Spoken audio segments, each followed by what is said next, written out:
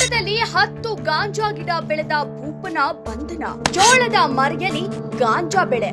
ಗುಬ್ಬಿ ಪೊಲೀಸರ ದಾಳಿ.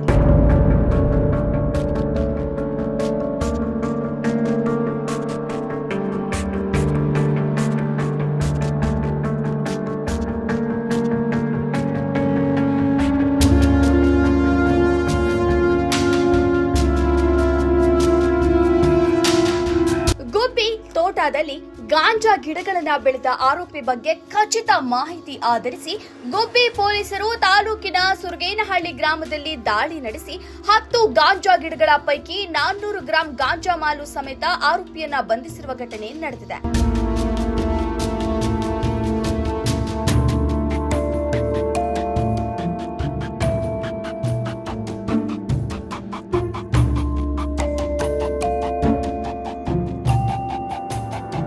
ಆರೋಪಿ ನಲ್ಲೂರಯ್ಯ ಸುಮಾರು 40 ವರ್ಷ, ಸುರಗೇನಹಳ್ಳಿ ಗ್ರಾಮದ ನಿವಾಸಿ ಎಂದು ತಿಳಿದು ಬಂದಿದೆ.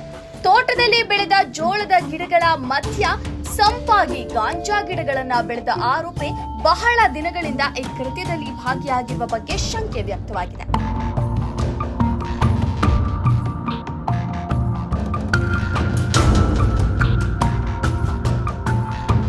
ಗಾಂಜಾ ಗಿಡಗಳನ್ನ ಬೆಳೆದು ಅದರಲ್ಲಿನ 400 ಗ್ರಾಂ ಗಾಂಜಾ ಸೊಪ್ಪನ್ನ ಸಿದ್ಧಪಡಿಸಿ ಮಾರಾಟಕ್ಕೆ ಸಜ್ಜಾಗಿದ್ದ ಖಚಿತ ಮಾಹಿತಿ ಪಡೆದ ಗುಬ್ಬಿ ಪೊಲೀಸರು ತಂಡ ದಾಳಿ ಮಾಡಿ ಆರೋಪಿಯನ್ನ ಮಾಲು ಸಮೇತ ಬಂಧಿಸಿದ್ದಾರೆ.